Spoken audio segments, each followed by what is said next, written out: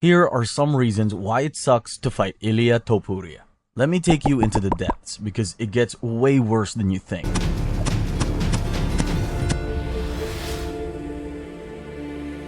The first round killer, Max Holloway, the man who went 5 rounds with Dustin Poirier, 3 wars with Volkanovski, and ate 700 plus strikes without blinking. A granite chin, a cardio machine, a legend. And yet, when he stepped in with Ilia Topuria, none of that mattered.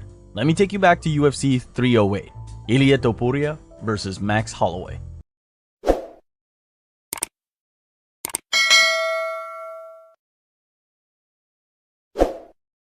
Holloway, 26 wins, 14 finishes, 7 losses, standing at 5'11", weighing 145 pounds, with more octagon time than almost anyone in UFC history.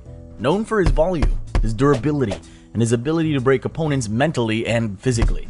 But Ilia didn't flinch. From the first bell, Ilia showed no respect for the legend in front of him. He didn't overextend. He didn't chase. He just waited, watched, and placed every shot like he already knew where Max would move next. Holloway fired back with volume, but Ilia's footwork and composure neutralized it. He slipped just enough, landed just enough, and never let Max build momentum. Then came round 3, a slight feint, a shift in weight, and then, boom, a perfectly timed overhand right. Holloway collapsed. The crowd didn't even scream right away. They froze, because for the first time in his career, Max Holloway was out cold.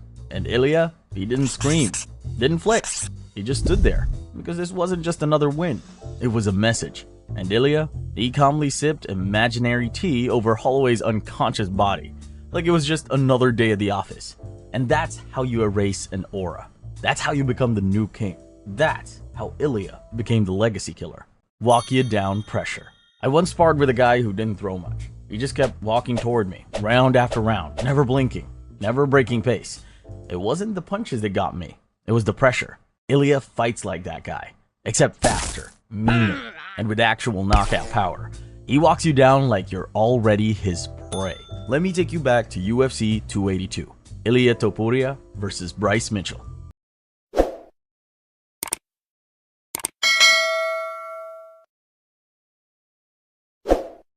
Mitchell, 15 wins, undefeated at the time, standing at 5'9" and weighing 145 pounds. A proud Arkansas wrestler with slick submissions, endless grit, and that awkward but effective striking. He talked big before the fight. Ilia's never fought someone like me, but at the same time he foresaw something never before seen in Ilia's presence. It forced him to revisit verses of the Old Testament just to borrow some courage. His premonition turned out right. He never fought someone like Ilia. From round 1, Bryce looked uncomfortable. Every step he took back, Ilia took one step forward. Measured, calm, no wasted movement. He didn't charge, he suffocated. Bryce tried to fire off combos, shoot takedowns, and even switch stances mid-round, but it didn't matter. Ilia read him like a manual. And when Ilia started landing to the body, it was like watching the air slowly leave a balloon. You could see it in Bryce's posture, chest lower, breathing heavier. And Ilia, still walking forward like it was just round 1 on the pads. Eventually, Bryce panicked, shot a desperate take, took top position, and made him tap. Not from his strikes, not from damage, just pressure. The kind that makes you want out. And if you're thinking, okay, maybe you can trade with him, maybe catch him coming in, yeah, good luck with that. And you're definitely subscribing after this next part, because next up is the reason his hands are a loaded weapon. One-shot knockout power. I remember the first time I saw Ilia fight. Something in me just knew this guy's different. He's going somewhere. There was no trash talk, no showboating, just this quiet intensity. You could see it in the way he moved, the way he reacted, like his mind was always 2 steps ahead. And I wasn't wrong, because the more I watched, the more I realized this wasn't just another hype train. This was a desert eagle trapped in a featherweight's body. Let me take you back to UFC Fight Night London. Ilia Topuria versus Jai Herbert. Herbert, 11 wins, 9 knockouts, 3 losses. Standing at 6'1" and weighing 155 pounds. Massive for the division, with serious reach and striking credentials. This fight made you realize that weight classes are here for a reason. Ilia was visibly massively undersized. A featherweight stepping into lightweight territory. But eventually that didn't matter. What people forget is that Ilia got clipped early. Herbert caught him with a clean head kick and had him stumbling. Most guys would have gone defensive, played it safe, tried to recover. Not Ilia. He's a totally different breed. He refused to give Jai a mental advantage, admitting mid-fight that the Englishman won a striking battle. Damaged and properly shaken, he continued walking up front and started chopping the body hard. Jai backed up, hands creeping lower, trying to create distance. And then it happened. One short step in, a level change, a tight right hook to the jaw. Ilia conceded a strong counter hook in exchange of his own, but muscle power, and most definitely a power of will, prevailed. Boom. Jai folded, looking like a statue of a warrior shattered to pieces. Just off switch.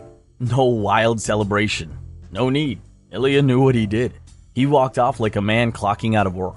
So maybe you start thinking, alright, keep it on the ground, stay safe down there, but if that's your plan, you're walking straight into the next problem. Underrated BJJ black belt. People love to talk about Ilia's striking, the knockouts, the highlight reels, the right hand. But what nobody talks about, and what most opponents completely underestimate, is what hits the ground. Because Ilia isn't just dangerous on his feet. He's a black belt in Brazilian Jiu-Jitsu, trained since childhood. And when he gets on top, it's like a python tightening with every breath you take. Let me take you back to UFC Fight Night. Ilia Topuria versus Youssef Zalal. Zalal, 10 wins, 2 losses. Standing at 5'10" and weighing 145 pounds. A dynamic, well-rounded fighter with slick movement and a solid submission game of his own. On paper, this was a striking battle with some grappling exchanges. What we got was a one-man grappling show with Ilia in full control from start to finish, opening seconds. And once he got it, he never let go. Smooth transitions, heavy top control. Every movement had purpose. Zalal tried to scramble out, to create space, but every time he moved, Ilia was already 2 steps ahead. Zalal wasn't fighting back, he was sinking. At one point, Ilia wrapped up an anaconda choke so tight the commentary team thought it was over. Zalal somehow survived, but the damage was done.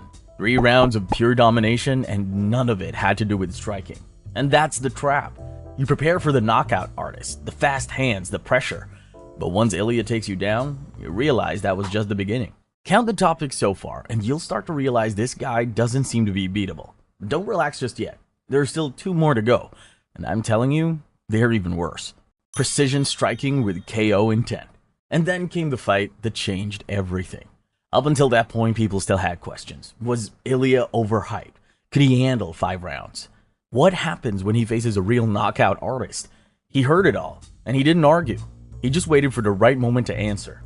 That moment was Josh Emmett. Let me take you back to UFC on ABC 5. Ilia Topuria versus Josh Emmett. Emmett, with 18 wins, 13 finishes, standing at 5'6" with a 70-inch reach and weighing 145 pounds. A brawler, a powerhouse. The kind of guy who makes you pay for every mistake. For Ilia, this wasn't just another main event. It was the proving ground. All eyes on him and no room for mistakes. And from the very first exchange, you could feel it. Ilia wasn't there to participate. He was there to take over. He outclassed Emmett everywhere. Boxed smarter, hit cleaner, defended sharper. And what made it scary was the calm. No showboating, no emotion, just business. Round after round, he made Emmett look like he was stuck in another era. What was supposed to be a war turned into a technical dismantling. But how long before he gets that belt around his waist? The final statement. And then there was the champion, Alexander Volkanovski, the man who ran the division. A former rugby player turned pound-for-pound king. He beat Holloway 3 times, survived Brian Ortega's tightest chokes, went 5 rounds with Islam Makhachev, unshakable, unbreakable, until he met Ilia. This wasn't just another fight. This was Ilia's moment, a chance to take the crown from a man nobody could touch for 5 years. The media doubted him. The fans called him untested, but Ilia didn't talk. He trained, and when the cage door shut, he turned pressure into prophecy. Let me take you back to UFC 298. Ilia Topuria versus Alexander Volkanovski. Volkanovski, 26 wins, 14 finishes, 4 losses, standing at 5'6", weighing 145 pounds. A relentless striker with championship cardio, elite timing, and a mindset carved out of steel. For years, he was the wall nobody could climb. But Ilia didn't climb. he kicked the damn wall down. From the first exchange, Topuria showed zero hesitation, pressured without rushing. He cut angles, mixed levels, and touched Volkanovski just enough to set the trap. Calf kicks to disrupt balance, feints to freeze the timing, and then, in round 2, he unleashed it. A short, vicious right hand that detonated clean on the chin. Volkanovski collapsed.